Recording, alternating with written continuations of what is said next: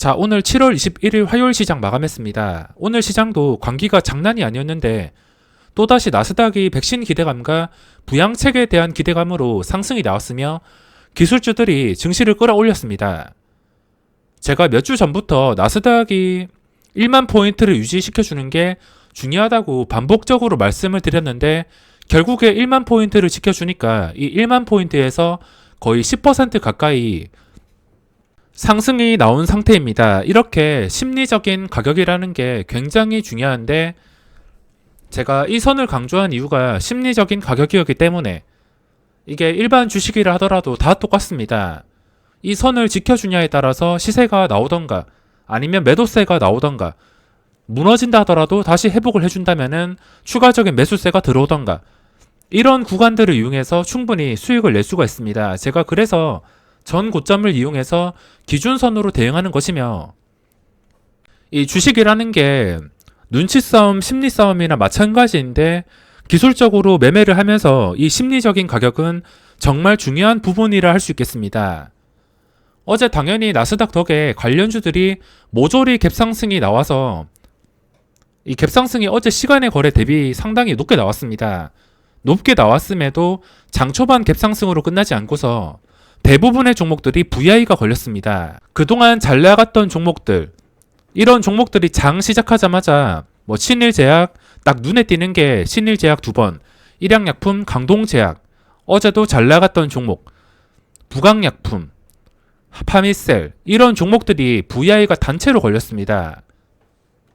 하지만 오늘 시장 분위기를 봤을 때 오전장에 잠시 이런 종목들이 단체로 급등이 나왔다가 윗꼬리를 좀 길게 달았는데 오전장이 아닌 이상은 점심부터 제대로 시세가 나오는 종목이 아닌 이상은 잘못 잡았다가 단타로 물려서 손해보기가 쉬운 시장이었습니다. 자, 그러면 지수와 어떤 종목들이 있었는지 빠르게 살펴보겠습니다. 매매를 진행할 때는 중요한 자리를 기준으로 이게 왜 빠지지 않는가, 왜 오르지 못하는가 이것만 간단하게 생각하고서 매매를 진행한다면 어떤 종목이든 쉽게 풀어나갈 수 있을 것입니다. 오늘 거래대금 상위부터 빠르게 살펴보겠습니다. 우선 1조 원이 나온 부강약품 역사적 신고가를 돌파해주고서 장중에 19%, 20%까지 상승이 나왔다가 두 번째 VI까지는 걸리지 못했습니다. 거래대금이 굉장히 많았는데 이때 광기가 장난이 아니었습니다. VI가 풀리고 나서도 엄청난 거래량과 함께 역사적 신고가를 한 방에 돌파했습니다. 지체할 시간도 없이 그대로 한 방에 돌파한 것인데 뭐 이런 종목은 다 똑같습니다. 여태껏 제가 밥 먹듯이 설명드리는데 뭐 이런 종목은 여기서 무너졌다 하더라도 뭐 당장 매수하는 게 아니라 그 전에 중요한 가격을 기준으로 대응을 해야 됩니다. 여기서 주가가 밀리지 않는다면 그 밀리지 않는 것에 의미를 두어야 되며 중요한 자리를 회복을 해줄 것 같거나 좀 눈치가 빠른 사람들은 회복을 해줄 것 같을 때 호가창이나 실시간 추세를 보고서 좀 유리한 자리에 잡을 수가 있습니다. 전 고점이 45,200원이었을 때 좀 눈치가 빠른 사람들은 한 44,000원부터 접근을 해서 이 44,000원에서 탄력받아서 고점을 뚫어줄 때 이 고점을 유지하지 못하고 떨어질 때 그러면은 본전 손절을 하면서 손해를 피해갈 수가 있습니다. 약간 눈치가 빠르다면은 정확한 고점이 아니라 그 전에 호가창과 추세를 보고서 유리한 자리를 확보하고서 충분히 여유롭게 대응할 수 있습니다. 뭐 이 종목도 마찬가지 다 똑같습니다. 부강약품이 아니더라도 다른 종목들도 이 기준가를 지켜주냐 지켜주지 못하냐 눈치가 조금 빠른 사람들은 그 전에 대응을 할 것이고 이게 경험이 되어서 점점 매수 포인트를 잘 잡을 수가 있을 것입니다. 이 가격을 지켜주려고 한다면 그때부터 또 의미가 있는 것이기 때문에 이 부강약품이라는 종목이 앞으로 어떻게 흘러갈지 개인적으로 너무 궁금합니다. 하지만 요즘에 치료제 관련주들, 이런 제약 바이오주들 이거 도저히 어디가 고점인지 알 수가 없습니다. 지금 치료제나 백신이 잘 나와서 이 지긋지긋한 상황에서 빨리 벗어나고 싶지만 혹시나 악재가 뜨거나 재료 소멸로 인해서 안 좋은 상황이 나왔을 때는 그동안 급하게 올랐던 것을 크게 반납을 해야 될 수도 있습니다. 물론 저점에 사서 보유를 하는 사람들은 좀 여유가 있겠지만 이 주식이라는 게 어떤 급등주든 간에 고점에 물리는 개인 투자자는 무조건 존재할 수밖에 없습니다. 여태껏 이 주식시장의 역사가 말해주고 있습니다. 항상 어떤 급등주가 나온다 하더라도 고점에 물리는 것은 대다수의 개인이다. 이것은 부정할 수가 없습니다. 아무것도 모르고 그냥 소문 듣고서 고점에서 매수해서 잘못 물린다면은 강제 장기 투자자가 되어서 고통을 겪어야 됩니다. 그러니까 이 치료제 관련주들, 그냥 제 입장에서 봤을 때 보유자의 영역일 뿐 어디까지 오를지 알 수도 없으며 뭐 단타로 잠깐 들어가기야 하겠지만 앞으로 어떻게 움직일지 도저히 감을 잡을 수가 없습니다. 거래대금 상위 부강약품, 일항약품, 이거 오늘 10만원 호가를 뚫어주었으며 부강약품은 매매했는데 일항약품은 제가 타이밍을 못 잡아서 그냥 구경만 하고 있다가 매매를 진행하지 못했습니다. 그리고 시젠, 이것도 보유자의 영역, 단타로 대응하려면 그전처럼 작정하고서 시장에서 모든 돈들이 몰려야 됩니다. 하루에 거래대금이 1조 원, 2조 원이 나와야지 그때 단타로 여유롭게 먹을 자리를 만들어 줄 텐데 뭐 지금은 거래량이 그냥 평균이라고 쳤을 때 보유자의 영역일 수밖에 없습니다. 어디까지 오를지도 알 수 없으며 언제 추락할지도 모르지만 요즘의 광기를 봤을 때 20만원, 25만원도 충분히 기술적 분석으로는 바라볼 수도 있습니다. 하지만 이게 다 어떻게 될지 모르기 때문에 저는 최근에 좀 많이 오른 것들, 보유자의 영역에 있는 것들, 이런 것들은 쉽게 보유를 하지 못할 것 같습니다. 그리고 오늘 제가 좀 매매로 재미를 봤던 게 레고캠 바이오입니다. 레고캠 바이오가 장 초반에 시세가 좀 쉽게 나왔는데 이거는 너무 완벽하게 저점에서 잡아서 제 스스로도 감탄이 나왔던 종목입니다. 오전에 잠깐 눌릴 때 당연히 시초가가 높게 떴으니까 바로 들어가는 것보다 무조건 눌리기를 기다리고 있었는데 눌렸습니다. 딱 5만원까지 눌렸는데 정확하게 저점에서 이 5만 100원이랑 5만 200원 3개 호가 이어서 300원까지 정확하게 저점에서 매수해서 그대로 크게 수익을 냈습니다. 물론 오전장 변동성 걱정 때문에 비중을 크게 실지는 않았지만 그동안 신풍제약 같은 종목으로 대박을 못 친 걸 여기서 회복을 시켰습니다.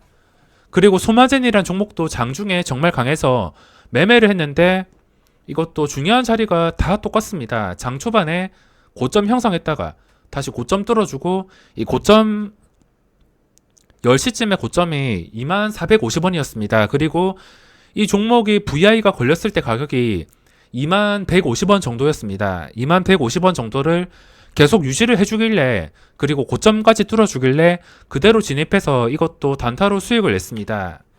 이것도 며칠 전에 제가 말씀을 드렸었는데 이런 종목들 다 의미를 생각해 봐야 됩니다. 올랐던 자리를 지켜줄 때 만약에 이게 안 좋은 종목이었으면 다른 신규주들처럼 그냥 무한정 빠집니다. 이렇게 반등도 제대로 안 나오고 이런 식으로 한번 올랐다 하더라도 바로 무너지고 안 좋은 종목이면은 이렇게 무너질 수밖에 없습니다. 하지만 올랐던 자리를 유지해주고서 거래량까지 나왔다는 거 여기에 의미를 두어야 됩니다.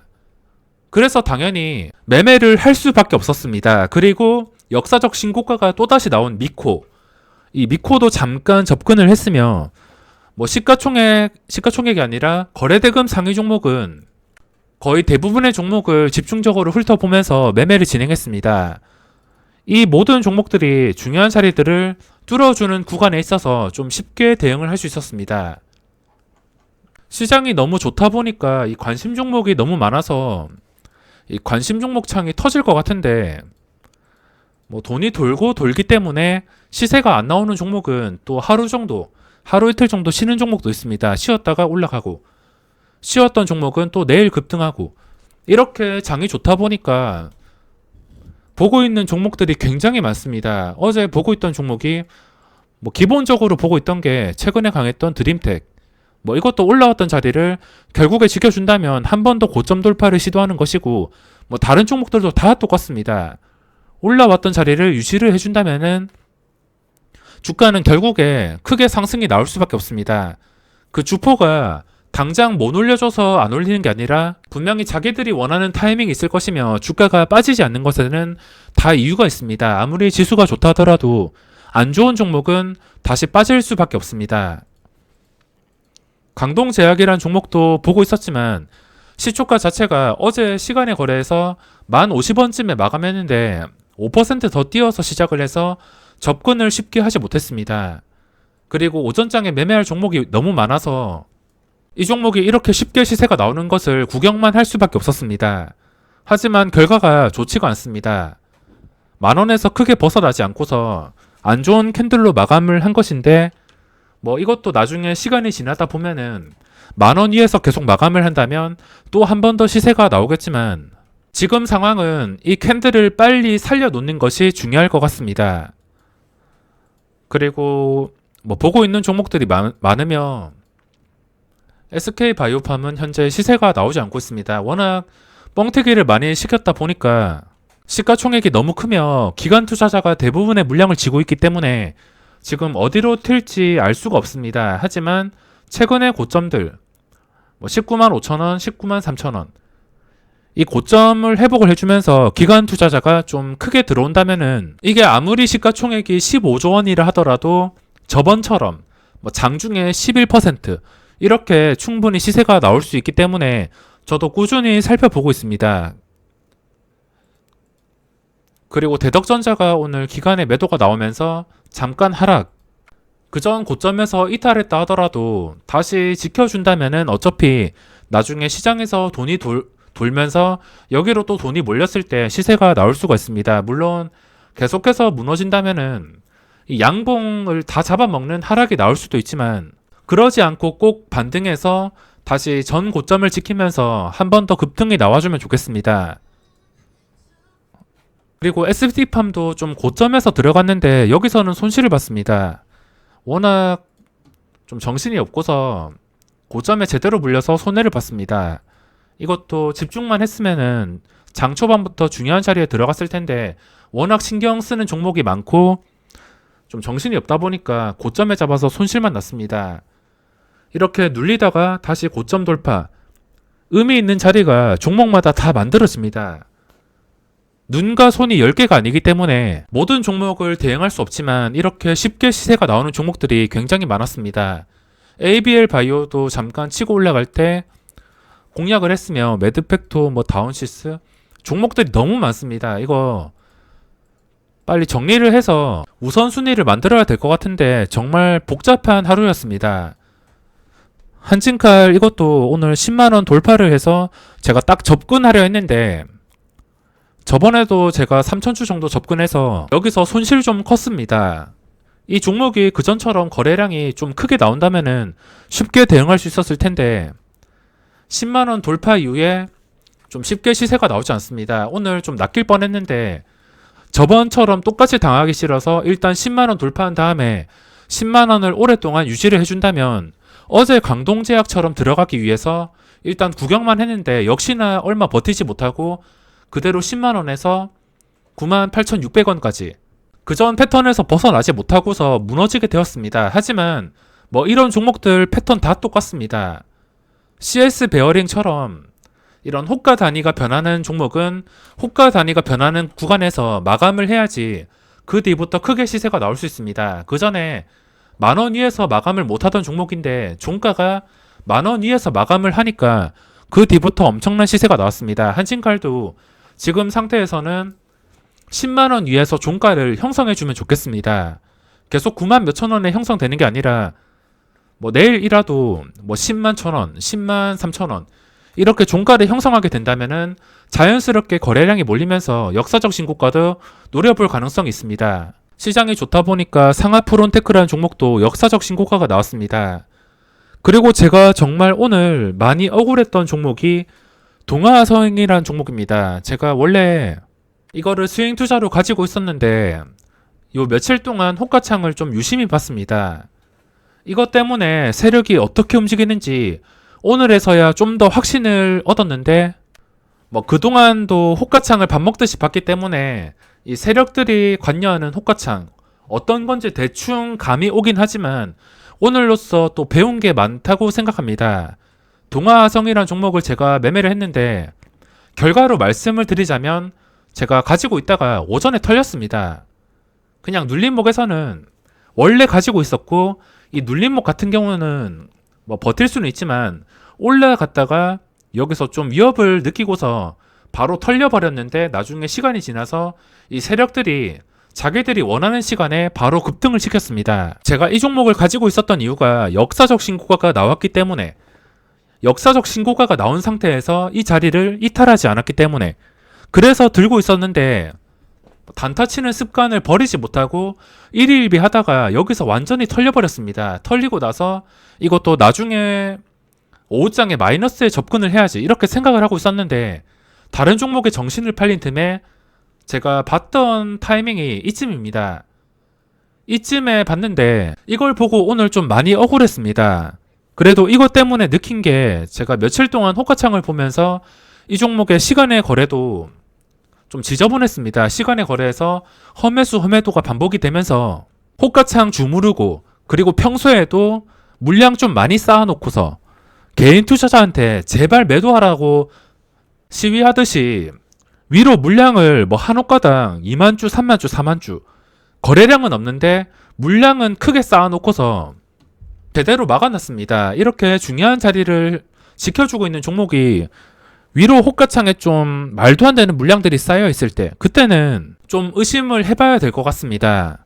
평소에도 매도 물량이 좀 많다면은 결국에 시간이 지나서 중요한 자리를 뚫어줄 때 엄청난 시세가 나오는데 이런 매집 패턴은 지금까지 크게 바뀌지는 않았습니다. 위협적인 호가창을 형성하고서 개미 털기, 결국에 개미 털었는데 중요한 자리는 깨지 않고 이런 종목들이 시세가 좀 무섭게 나오는 편입니다. 물론 이 종목의 주가가 나중에 어떻게 될지 모르겠지만 그냥 고점만 유지를 해주면서 크게 무너지지 않는다면 이 세력들이 자기들이 또 원하는 타이밍에 순식간에 급등시킬 가능성이 굉장히 높습니다. 그리고 종목마다 이런 패턴들을 무시할 수 없기 때문에 이 동화성이라는 종목의 패턴은 얘들이 좀 원하는 타이밍에 갑자기 들어와서 큰 시세를 분출시키는 겁니다. 평소에 보시면 제가 3일 동안 계속 보고 있다가 이 거래량이 없는 구간 굉장히 지루합니다. 단타치기도 힘들고 감이 들어갈 수가 없는데 그 지루했던 구간 동안 호가창은 똑같습니다. 일부러 2만 주에서 4만 주 되는 물량을 가득 채워 놓고서 절대 못 오르게 호가창을 형성해 놓았습니다.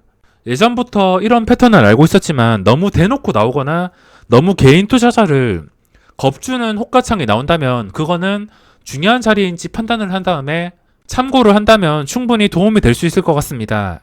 시장이 너무 좋다고 그리고 여러 가지 종목들이 급등이 나온다고 급하게 돈만 쫓다가 가랑이가 찢어질 수 있습니다. 저는 항상 원칙적으로 중요한 자리를 기준으로 놓고서 안전하게 매매를 해야겠습니다. 그럼 오늘 영상은 여기서 마무리하겠습니다.